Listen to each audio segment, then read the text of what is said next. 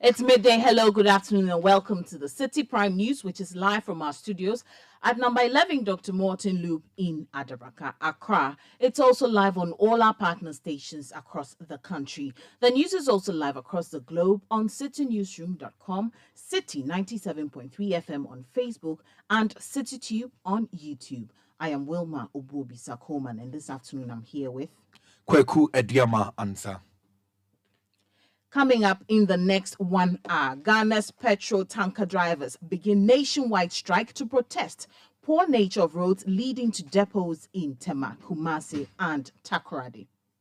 My fear is when it rains, you see that end, those manholes there. When it rains and it's flat here, you can't see where to pass. And when a vehicle comes here, gets to this place, it is always an eyesore. Meanwhile, LPG Marketers Association say the strike will have an effect on the food you cook at home. The impending strike by the Tanker Drivers Association, which is supposed to begin tomorrow, if not averted, can create a very serious problem for our nation and for our economy. Also coming up, Teacher Trainees Association of Ghana call on Controller and Accountants General's Department to hasten payment of the allowances which has been in arrears for one academic year. It's been months now we started the academic year and students have not gotten their stipend. It makes life so uncomfortable for almost every trainee in the colleges of education because the allowance play a vital role. Still ahead in the bulletin, the New Patriotic Party and the National Democratic Congress wrap up campaigns in Asin North ahead of tomorrow's by-elections.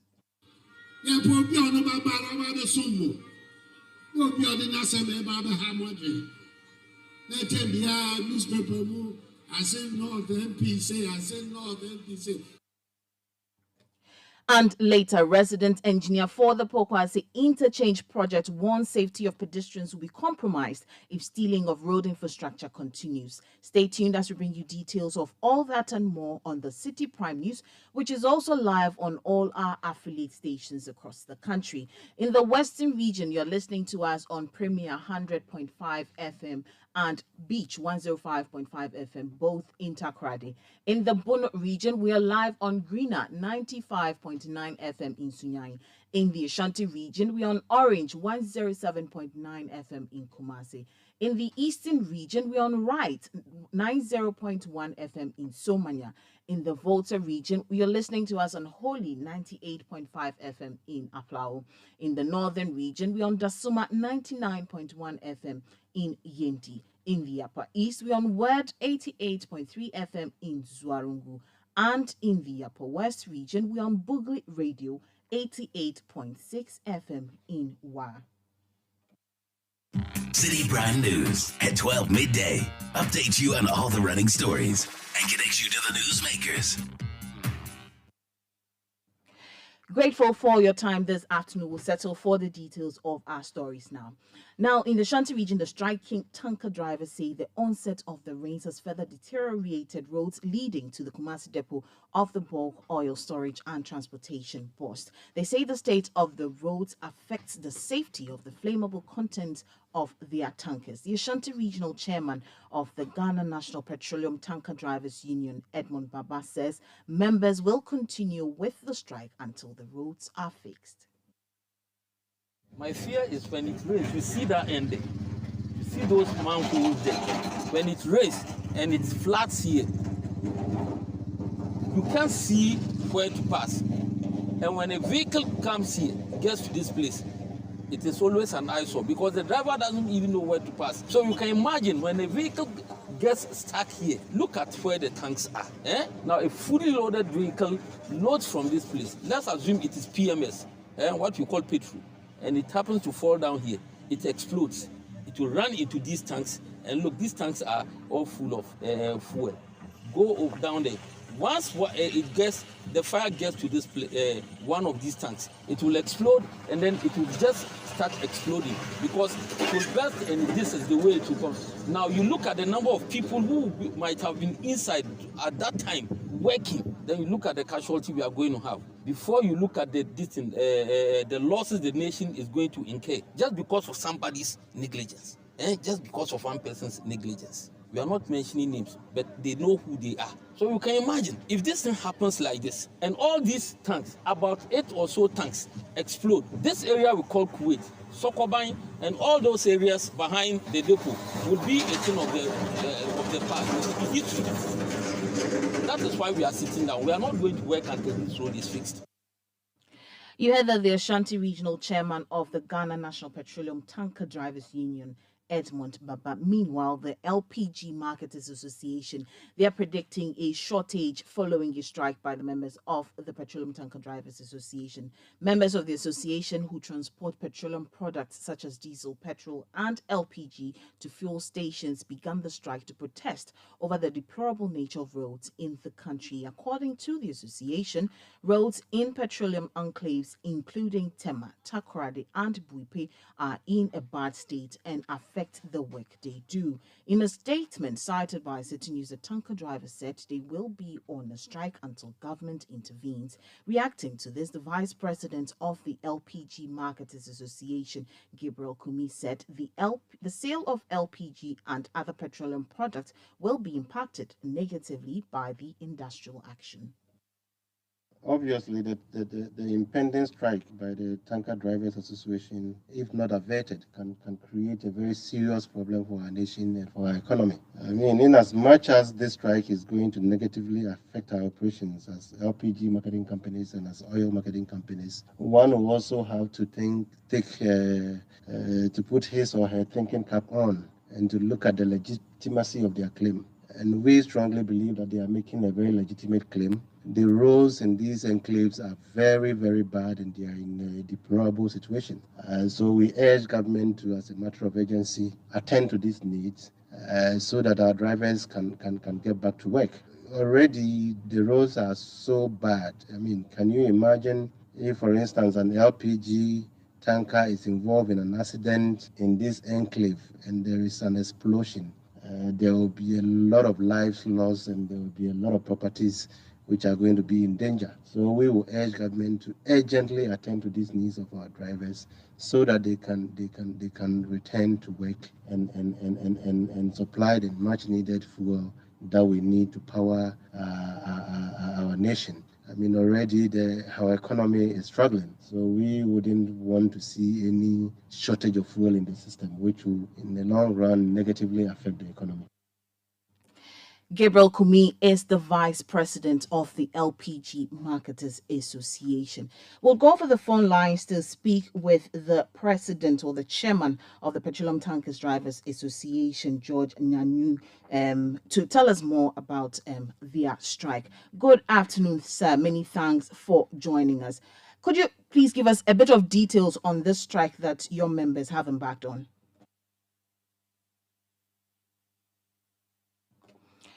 Hello, sir. Can you hear me?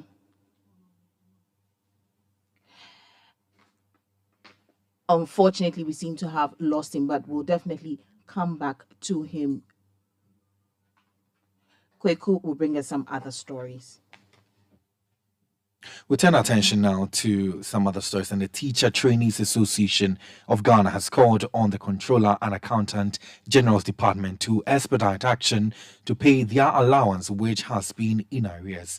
According to the Teacher Trainees, government released 241 million Ghana cedis to be disbursed for their payment. However, the Controller has not released the funds, a situation they say is having a negative impact on their upkeep. Speaking to Citi News, the president of the Teacher Trainees Association of Ghana, Dr. Nana Kwame, pleaded with the relevant authorities to ensure the money is released immediately.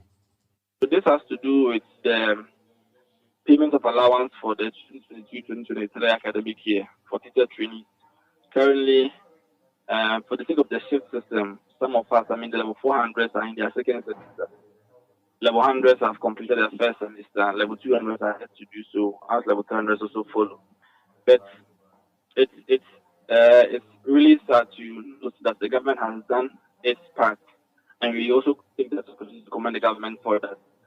It has released an amount of 241 million Ghana cedis that is to be used to cater for these allowances you're talking about. It's unfortunate to note that after some time, more than 5 weeks now, we the issue we have had, or the info we have had, is that the money is with the controller that is waiting. We are waiting that it does its part of it, because it goes through a lot of processes.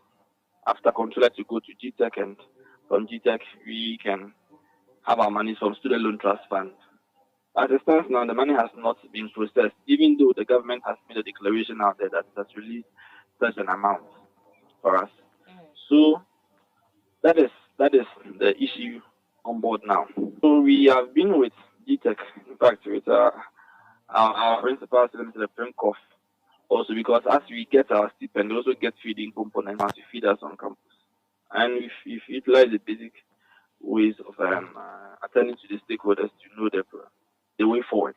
But the last time we even had engagement with GTEC, we were told that there is no clear information, in fact, about when it's going to do this. I mean, from the controller's end. So our problem is that government has made a declaration that releases an amount. We are not just even basing on that, but it's been months now. We started the academic year, and students have not gotten their stipend. It makes life so uncomfortable for almost every trainee in the colleges of education, because the allowance play a vital role so far as we keep ourselves active as student teachers undergoing training in the various campuses. We are pleading with every party that has a role to play in this or can influence actions for us, especially the government, that we commend the government for releasing such an amount, but we implore them to expedite actions for us, so that at the end of it all, we can get whatever is due us, so that academic work would not be influenced negatively or altered, because these funds also play a vital role so far as learning is concerned. You heard that the president of the Teacher Trainees Association of Ghana, Jefta Nana Kwame. Now, with just a day to the Asin North by-elections, the two major political parties have wrapped up their campaigns with high hopes of winning the seat. Meanwhile, the constituents are eagerly anticipating an incident-free election. Our correspondent, Calvin Stetter, brings us the latest update in the following report.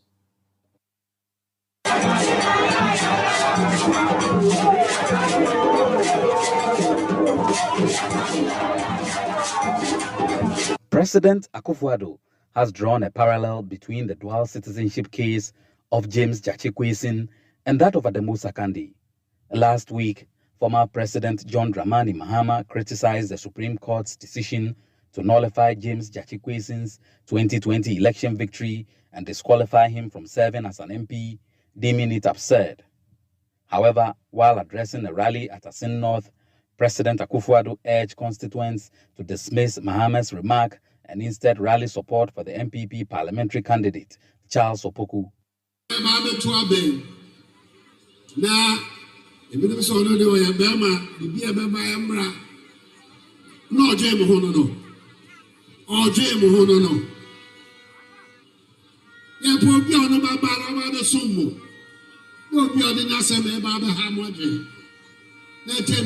Newspaper Asin North MP say, Asin North MP say. Yeah, no, here. Yeah, put your mama yetuma. Now the fiancé of me to my yetuma. Nimsamo, who the fiancé of my to my yetuma. And that man I want to be a prison. And then man I want to be a prison. So I call on Kodre Mohua. I go for the home. That's an album. If you say NDC for a penisa, Mesramo, Mamma, yes, I'm from so new. More pet Opia, or Ba, or Baba yet a Juma. Yeah, the old Baba now, a appeal court, or Churchy Supreme Court, or Churchy High Court. Yeah, to be the area. Of the township roads are currently undergoing construction, resulting in slippery conditions. Extra caution is being exercised to prevent any accidents. Meanwhile, former President John Dramani Mahama has been in the constituency with the NDC's candidate James Gyakye Quayson, campaigning ahead of the elections. Abattoir Senior, and maybe 2020, 2016, Mr. Nioma Yato Abano, Debbie. We are here between Asin North and Peswa Sonkwa and the Betubi. Ghana had no bien to be this a more 80 a year. At this year, Name Edia Swang say Monkasa. This by-election is not an ordinary one. This is a special election that requires your massive involvement on Tuesday. Not everyone is privileged to take part in this by-election. You represent the interest of the people of Ghana, and your vote must prove the sentiment of Ghanaians. I wish I could vote in Asin North to be part of this history. And your man call you or Ghana no, or the Ashamosa Asin North. Enti minyaya kenne me Asin North ni. Anka me so meto abani bi. Enso meto enye ye. The report was filed by Central Regional Correspondent Calvis Tete, and he joins us over the phone lines to get more ahead of tomorrow's elections. Calvis, many thanks for your time this afternoon. Now, with the major political parties wrapping up their campaigns, what is the mood like in the community, in the constituency? Well, Wilma, it's a charged atmosphere here at the Asin North constituency. You know, the various political parties, the two main political parties, the NDC and then the MPP, have ended their campaigns. That you could see that some party people are going around and convincing people to vote for their candidates. It's a charged atmosphere. A lot of people are here just to catch a glimpse of what is going to happen tomorrow. Just some few minutes ahead of the Inspector General of Police will be holding a meeting with the political heads to see the way forward against security tomorrow. We hear that he's going to engage them on how to ensure that things are calm ahead of tomorrow's election. The NDC, from what I know, is also going to have a press conference, the details of which we are yet to know. So as we speak now, things are calm here, waiting for tomorrow's elections, Wilma. You mentioned of the two major political parties. How about the other political parties? How are they preparing for tomorrow? Well, the LGP, the Liberal Party, is here. They have a candidate who is also contesting. She's a female candidate. And so far, she's the only person I've seen contesting. And some other political parties, they are all hoping that tomorrow the people of Asin North constituency will do the needful by endorsing them to lead the constituency, Wilma. You know, there are a lot of party paraphernalia here. People are selling. People are also cashing in on, on the event. At least to ensure that party pallets are seen everywhere. So exactly this is what is happening here in the constituency. Well, Calvis, many thanks for your time. Keep your eye in the constituency. We'll get back to you shortly in our subsequent bulletins if there's anything that comes up. Now, we'll still stay on the Asin North because the Research Institute's Global Info Analytic is predicting victory for the NPP and its candidate, Charles Opoku. We're joined over the phone lines by my colleague, Asin Ajman, to tell us more on this.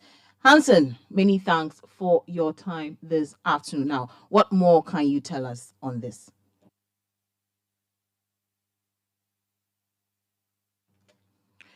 We are still trying to connect with my colleague Asin Ajman to bring us more on the Asin North analytic report that came from the Research Institute Global Info Analytic. They are predicting victory for the NPP and its candidate, Charles Opoku.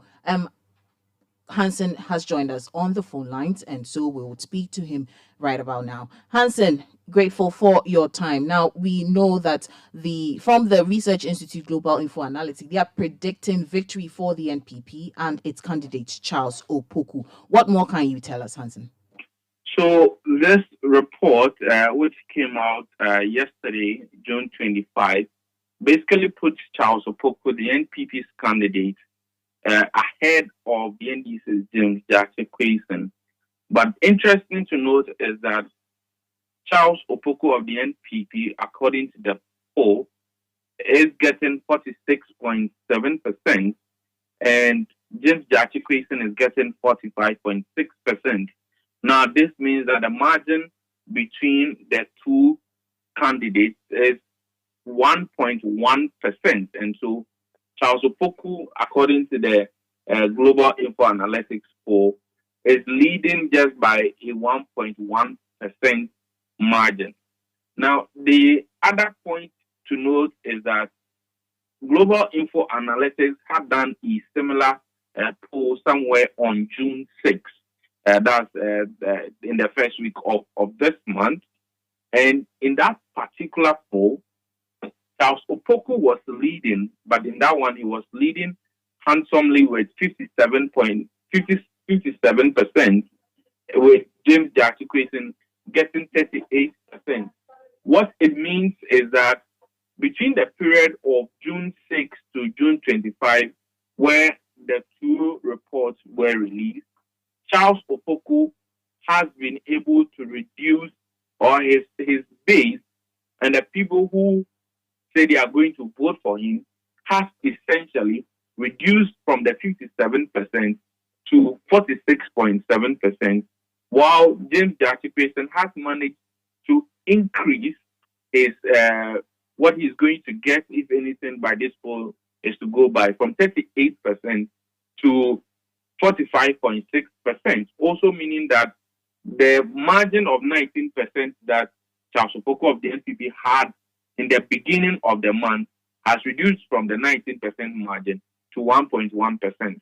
Now, that's the first thing to look out for. So, basically, what the poll is saying is that it's a tight race, that a number of other factors may determine how really it will go. Unlike the poll of in Kumewu, which Global Info Analytics basically got right in Kumewu, this one is a difficult one to call. Again, as part of the people who were sampled, the Global Info Analytics identified 6.9% of voters who said they were undecided. And so, in the conclusion of Global Info Analytics, they believe that the election actually will be determined by the 6.9% voters who said they are undecided. Now, talking about undecided voters brings in questions of what exactly will influence voters. We know that there have been conversations about projects ongoing in Asin North and commentary about vote buying. And so Global Info Analytics posed the question that with the projects that are ongoing in Asin North, talk about road projects and the rest, would that particular project influence how you will vote? And 30% said the project was going to influence them. 70% said it was not going to influence them. Again, this is a sharp difference with the outcome Global Info Analytics got in their poll from Kumewu. In Kumewu, 70% said it was going to influence them, while the 30% said it was not going to influence them. The reverse is here. And from the poll, 30% of voters are saying that yes, the projects they are undertaking will influence how they will vote. However, 70%, that's a greater majority of the voters, say the project will not influence them. Now, the other thing to look out for is issues of inducement. And there have been concerns about vote buying. There have been videos about both parties sharing goodies on grounds. Now, 78% of the people sampled say that they will accept whatever goodie, whatever present that will be given to them, and vote for that person who is inducing them. And then 16% is saying that they would accept and vote again. 3% is saying they will reject and vote again. And the other 3% said they will reject and still vote for that particular person who was attempting to induce them. So from the analysis from Global Info Analytics, 78% of the voters are saying that if they are being induced, they will accept that inducement and vote for that particular party or candidate who is inducing them. Basically, this is what Global Info Analytics is saying. And the point they make generally is how this means that the election is a close one and one that you cannot easily call. Again, the issue has to do with the court case that James Jachikwesin is facing. We know that on Sunday, both President Akufo-Addo and former President John Dramani Mahama made comments about that particular court case. And so they posed the question, did Jachikwesin's court case influence you not to vote for him? And this one, first they sampled Charles, the NPP's candidates voters only. And 47% of them said yes. 53% said no. So even with voters who said they were going to vote for Charles Opoku, the NPP's candidate, 47% of them are saying that the case at the High Court, that's a criminal case, will not in any way influence their decision to vote for Charles. And again, the question also emerged as to whether or not the people were going to vote for the NPP if it wasn't for the personality of the NPP's candidate, that's Charles Opoku. 43% said yes, they were going to vote for the NPP regardless of Charles Opoku's personality. 20% said no, and 37% said not sure. And so from a graph that has been done by Global Info Analytics, it gives how the two strong candidates in this by-election have fared from June 6 to June 25. And if you look at the graph of the NPP, started June 6 at 57%, somewhere by 11th June, that's a week later, their grounds have reduced to 53%. By 18th June, it had gotten to 50%, and by the 25th June, it went to 46.7%. For the NDC candidate, he started on June 6th with 38% of persons sampled saying they were going to vote for him, and then went up a week later on June 11 to 42%, then came down slightly to 41% on June 18, and then went up to 45.6% on June 25. And so the Global Info Analytics is saying that it's a difficult one. They are not able to give any firm answer as to who is going to win the election because of the 1.1% margin, and also the 6% of respondents who indicated that they are undecided. But the story here is that the NPP's Charles Opoku takes a slightly ahead of the NDC's James Jachikwesin. Thank you so much for that analysis. That was my colleague here at Citi FM and Citi TV, Hansen Ajiman, giving us a breakdown or details into analysis by the Research Institute's Global Info Analysis. That's that is predicting the victory of the MPP candidate Charles Opoku over James Jachikwesin of the NDC. You're still listening to the Citi Prime News live from our studios at Adabraka in Accra. Still ahead. When we return, we will bring you, we'll go back to our earlier story on the strike by the Tanker Drivers Association, who are striking over the poor nature of roads leading to some depots across the country. We'll be speaking with the president right after this. Do stay with us. Citi Prime News at 12 midday. Update you on all the running stories and connect you to the newsmakers. Ajwapa, what's all this condom business? Oh, I've told her over and over again that she won't get pregnant, and she's still insisting. Oh, isn't she the same person who said we would not have sex till we go out for at least 2 years? For all this time? Oh, and she still can't trust me enough? Ama, when I try to do something small, no, condom this, condom that. So handsome man like me, she probably thinks I have HIV. Using a condom will protect you and your partner. Condoms are effective for protection against a wide spectrum of STIs and HIV infection. Don't take risks. Use a condom every time. Always come prepared. This advert is brought to you by the Ghana AIDS Commission. Citi Prime News at 12 midday. Update you on all the running stories and connect you to the newsmakers. Many thanks for your time and staying with us. We'll continue with the bulletin. But we'll go back to our earlier story where the petroleum tanker drivers in Tema, Kumasi and Takoradi have declared a nationwide strike over what they describe as poor roads at the country's depot. We'll go over the lines to speak to the national president of the Tanker Drivers Union, George Nyanyui, to tell us more. Good afternoon, sir. Many thanks for your time. Now, how bad is the situation of the roads that is affecting your work such that you would have to go on strike?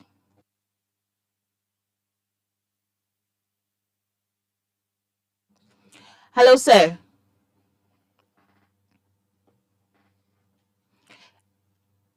Can you hear me, please?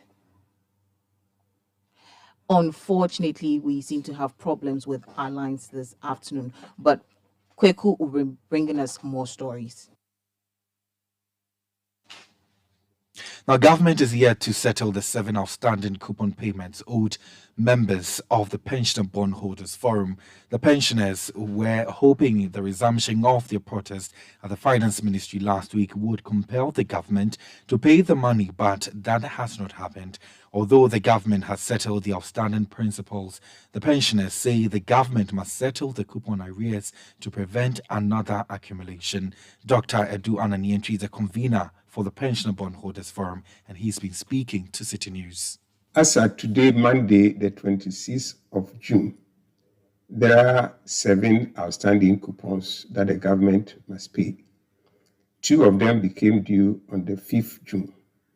4 of them became due on the 19th June.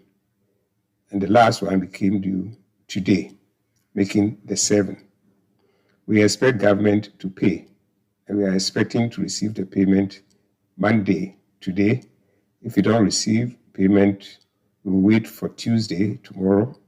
If you don't receive payment, we will wait for Wednesday. And if by Wednesday, close of day, we haven't received payment, then on Thursday, the 29th of June, we will picket the ministry. Dr. Edu Ananientri is a convener for the Pensioner Bondholders Forum.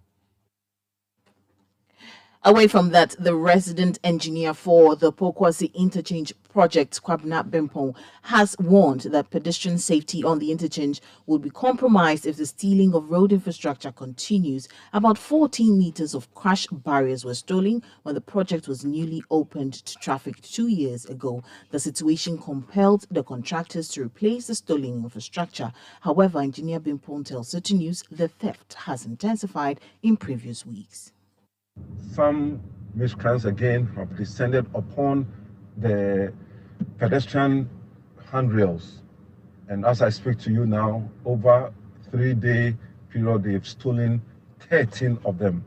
13 of them, and if they continue to do that, then the safety of our pedestrians and those who walk, on our walkways will be compromised. The second issue has to do with the expansion joints. And as somebody said, the Pokwasi interchange is the only one presently that you find that it is all closed up, because we have certain thick plates on the expansion joints to ensure that the concrete can expand and contract without causing any cracks in the deck or the concrete deck. But unfortunately, about again last week or last 2 weeks, somebody had stolen one, and if that continues, I don't know what is going to happen. So there's a need for all those who deal in scrap metals to watch out for some of these things, because it is unpatriotic. And remember that we have spent quite a lot of money in doing these things. So if we allow them to persist, then we will build and then it will be destroyed. The last one has to do with crash barriers and street lights poles. These are also being hit, and these drivers do not report them. I don't know whether they do it at night or during the day, and we all see, and unfortunately nothing happens. I think that the security services will have to up their game and ensure that whatever we have built as engineers, and also that the government through the Ministry of Roads and Highways has procured, has to be saved. That was the resident engineer for the Pokwase Interchange Project, Kwabna Bimpong. So we're still on roads now because the sector minister, Kejetia Market, has hinted that expansion works on the 19-kilometer Accra-Tema motorway will commence soon. Even though he did not give a specific timeline, he said the project is a priority in government's books. He made these remarks during an inspection tour of the Boteman dualization project, which joins the motorway. Construction works on the 5.8-kilometer dual carriageway with service lanes started last year. The project is being undertaken by Ghanaian construction firm Oswald Investments Limited. It connects Boteman to the Accra-Tema motorway and was mainly aimed at facilitating transportation during the All-African Games. Most of the work on the main road has been done. Where we are now is how this route joins the motorway. We have a motorway expansion project going to start very soon. What we have here is a runabout, and we have slip roads, that's a merging lane and a diverging lane to the motorway. And we also have a link to our road, that's the 5.8-kilometer road, and also another one to the Boteman community, which joins the road to the affordable housing. As we speak, we have done about 70% of the original work, and the contractor is fast working. Asphalting is going on the main road, and we are doing the merging and diversion as we speak right now. So everything is on course, and we are very happy with the progress of work so far. The sector minister, Kejetia Market, known for warning contractors against shoddy jobs with threats of cancelling such contracts, was happy with the work done by the Ghanaian construction firm Oswald Investments Limited. He hinted, without specific timelines, that the motorway expansion project will commence soon. Anytime we come to the site of Oswald Construction, it's full of joy and smiles, because it's one of the competent and efficient contractors that we have in this country. And you can see it for yourself, the good work that he has been doing on this stretch of road from School Junction, the road which we refer to as the Boteman road. He's working very, very fast. And this project will be in place far, far ahead of even the completion of the stadium to host the All-African Games next year. But this road is key to us, very, very important. The director, indicated that since it's entering the motorway, we have to be very careful because the motorway itself will soon go under construction. Okay, very, very soon. The motorway, everybody knows, is not in good shape, and government has plans, to start work on it, and that will be pretty soon. But in order not to do double work, we have to be sure that all safety concerns, are taken care of. Where we are standing, where the road joins the motorway, when the motorway rehabilitation itself starts, there's going to be an interchange here, to serve Committee 18 and the neighboring communities. Because between Tema and Accra, on the 19.5-kilometer stretch of the motorway itself, we are going to have as many as 4 interchanges. So we have to visit the ongoing projects from time to time. While expressing confidence in the increased competence of Ghanaian contractors, Kejetia Market disclosed that the motorway expansion projects will be done jointly by local and foreign contractors to foster knowledge transfer. The motorway project is a bit complex. At the appropriate time, it will be addressed. But definitely we are making efforts that wherever local contractors have to play their role, definitely they will do that. Even where we see that there are complexities in any road production, we always make sure that even if it's a foreign contractor, that contractor partners, the local, contractors for what we call transfer of technology to them. And I can tell you, for the past 6-7 years, the capacities of local contractors have been built so much by this government that virtually they can do everything. But because we want the best, wherever we have to join both local and foreign contractors, why not? We will do that. It's just like playing the organ. The white keys alone can give you music. The black keys can give you music. But if you want melodious music, you combine the two. On the return of toll booths, the roads minister has this to say. You see, in this country, people have the impression that the toll system is abolished forever. It's not.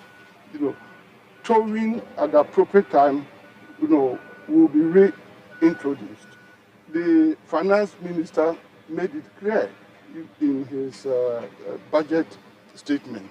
Okay, but tolling will come in a different form, from what it used to exist. If we have to build toll booths now, like this motorway, we have a tolling system in it. It will come with a proper toll booth being built, and we are going to make sure that as much as possible the human element is reduced to the barest minimum. So it will come at the right time. And there are a number of highways in this country that are going to be built, that the tolling system might be introduced. But it will come at the right time with the right tools to ensure that we get enough and adequate revenue from it to maintain the roads. So you had their report found by City News' Caleb Kuda and read to you by Eno Safo. This is still the Citi Prime News, live from our studios at Adabraka in Accra. Still ahead in the bulletin, organized labor sets July 10, 2023 to embark on an indefinite strike to demand reinstatement of 3 local union leaders dismissed by Sunan Asogli Power Limited. We'll bring you details of this and other stories shortly. Do stay with us. Citi Prime News at 12 midday. Update you on all the running stories and connect you to the newsmakers.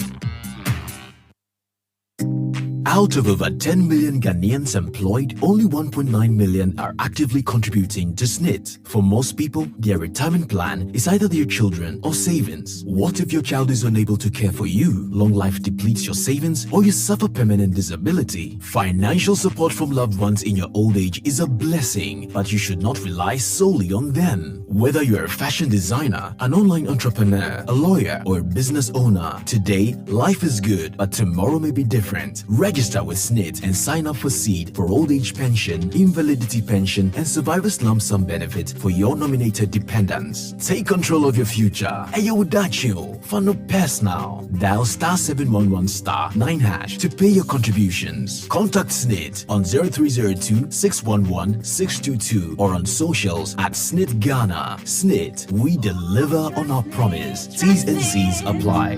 SSNIT. Citi Prime News at 12 midday. Update you on all the running stories and connect you to the newsmakers.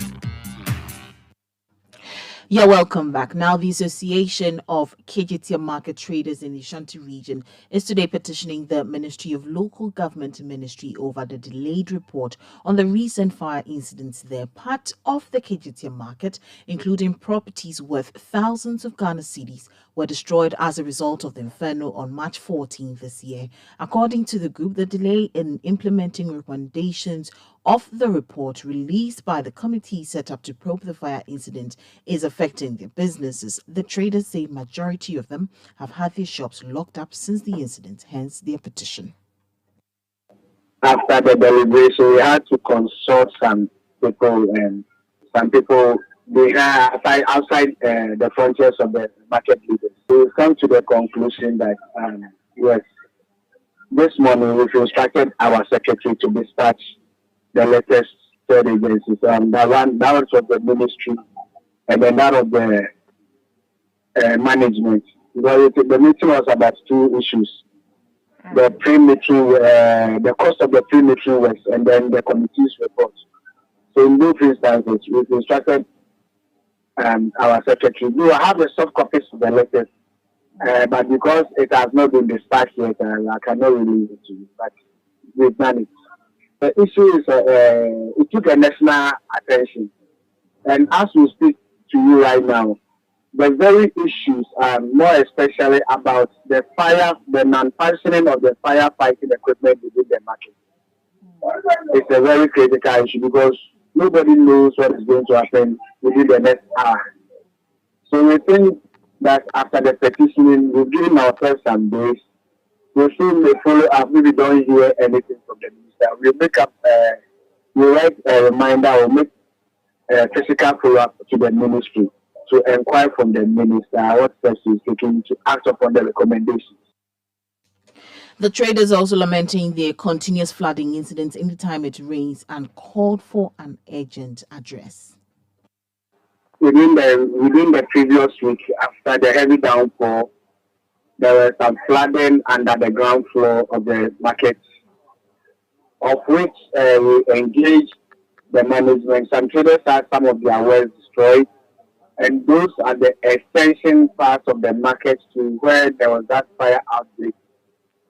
They are close to some of the traders were affected by the rain.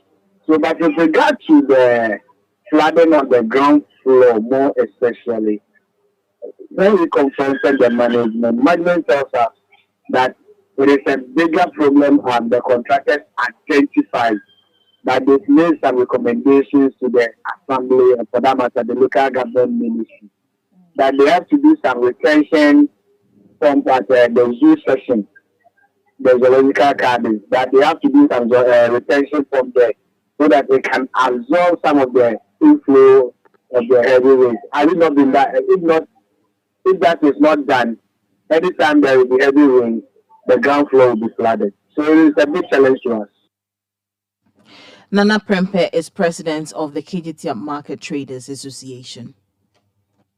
Let's take you to the Volta region now because sports enthusiasts in the whole municipality are raising concerns over the unavailability of ambulances at sporting events. The concern is coming after the death of a referee during a football match at the whole sports stadium on Sunday. The referee, who was also a police officer, met his untimely death after collapsing while watching the finals of the Volta FA Division 2 Middle League between Home Stars FC and Inter-Allies FC.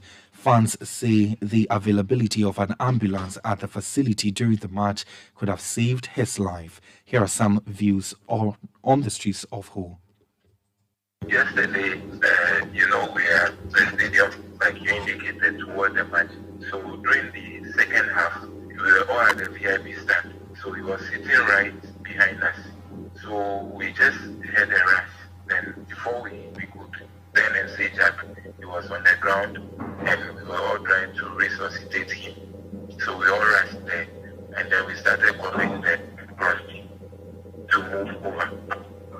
So before the Red Cross team could climb up, the guy was about, passing out.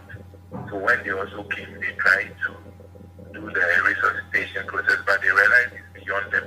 So quickly, they have to rush in out of the stadium. And to our utmost dismay, we realized that they do not have ambulance at the scene. And we all know that we give ambulatory care. So if we have had an ambulance at the time, maybe probably something would have been done and his life would have been saved by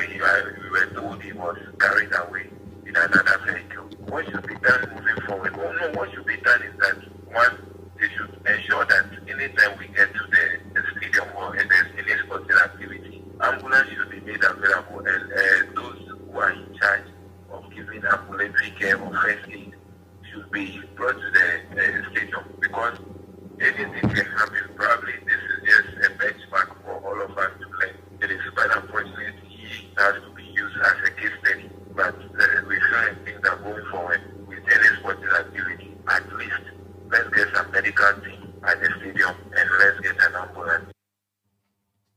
So you heard there a sports fan in Ho lamenting the unavailability of ambulance at the Ho Sports Stadium following the collapse and death of a referee.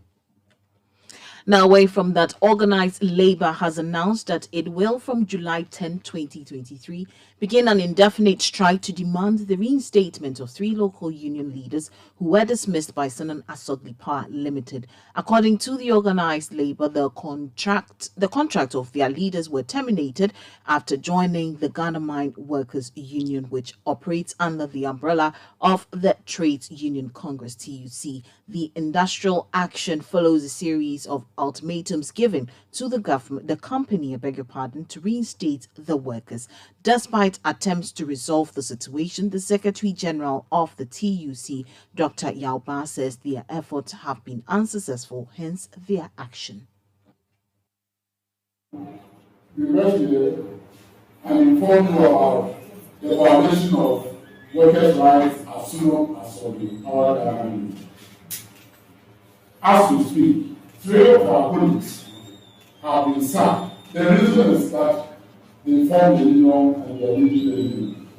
The chairman of the local union, the secretary, and the assistant secretary.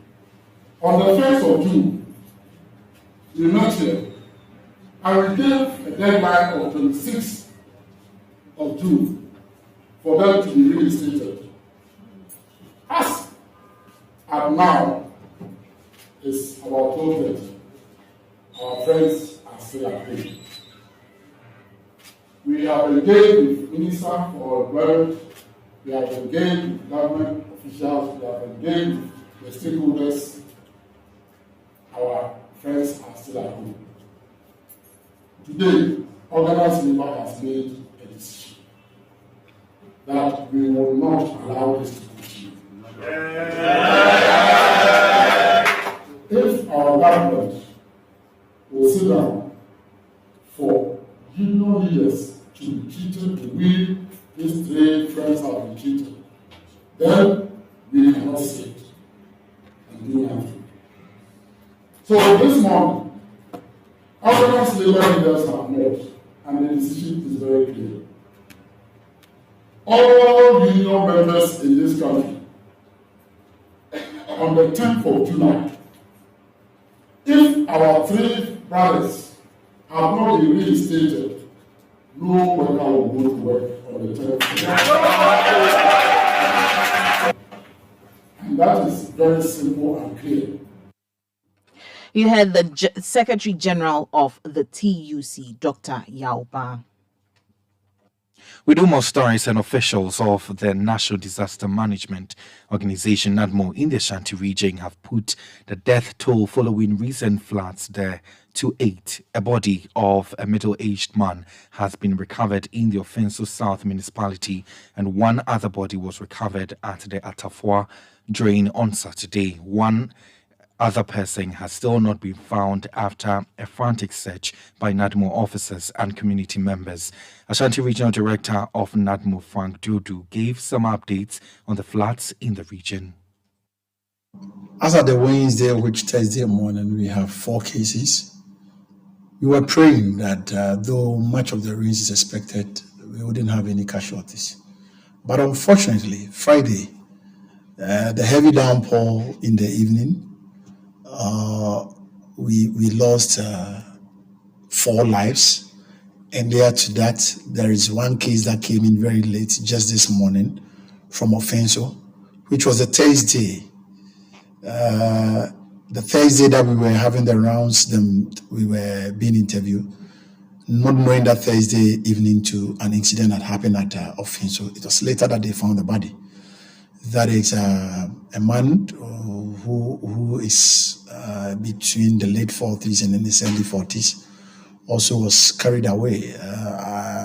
He's suspected to be drunk, and one of them decided he wouldn't go. But Frank Dodo is the Shanti Regional Director of the National Disaster Management Organization. Now, the second edition of Voice Factory Season 5 showcased a wave of energy and captivating performances from the talented contestants. The 11 contestants are vying for the ultimate bragging rights in a handsome cash prize of 20,000 Ghana cedis, which awaits the eventual winner of this remarkable music reality show, tasked with showcasing their vocal prowess by performing their favorite soul songs. The contestants took to the stage with passion and enthusiasm. Let's hear highlights of this breathtaking second live show of Voice Factory Season 5. The anticipation going into the live show was high, and most contestants lived up to expectation.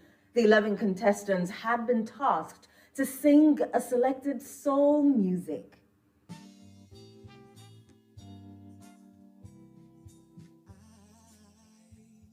I'm so in love with you. Whatever you want to do, it's believe in things that you don't understand, and you're so far, yeah. Superstitious in the way.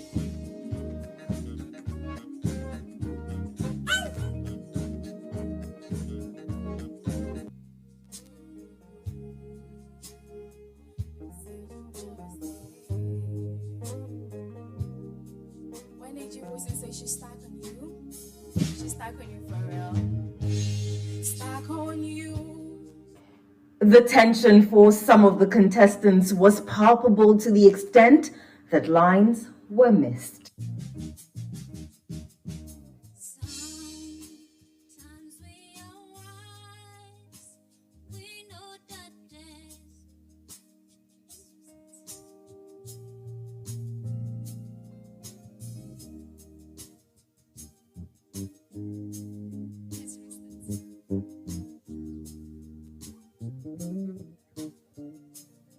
Each contestant expressed their excitement and optimism that their performance will garner them more votes as the competition unfolds. I'm excited because Voice Factory is making me learn a lot, honestly. Such as, Yes, previously, I just mix up soul with rhythm and blues. I mix it with rhythm. I knew nothing. For me to be able to perform a soul music and then perform it soulfully, but for Voice Factory, I wouldn't have known. So I'm so thankful and I'm excited. The winner of the Golden Mic, Bella, shared her excitement.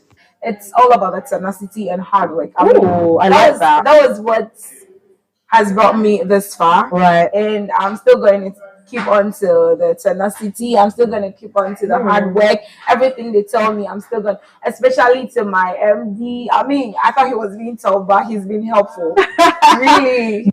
The live show of The Voice Factory airs every Saturday on Citi TV at 6:30 p.m. with repeat on Sunday at 12:30 p.m. on 97.3 Citi FM. Season 5 of Voice Factory is powered by Citi TV with support from Citi FM and sponsored by Ebony Condoms, Nalo Solutions, Eddie's Pizza, Twist Cupcakes, and Coppen Hospitality. Oh, sign, seal, believe it. I'm yours. I'm yours. Hey, yes, here I am. The report was filed by Citi News' Inu Safo, and that's all time would allow us for on today's edition of the Citi Prime News, which has been live from our studios at Adabraka in Accra. For more news, please log on to our website, setinewsroom.com. I am Wilma Obubi Sakoman, and this afternoon I did this with Kweku Ediamansa. Many thanks for your time. Up next is the afternoon's edition of the Citi Business News. Have a good afternoon.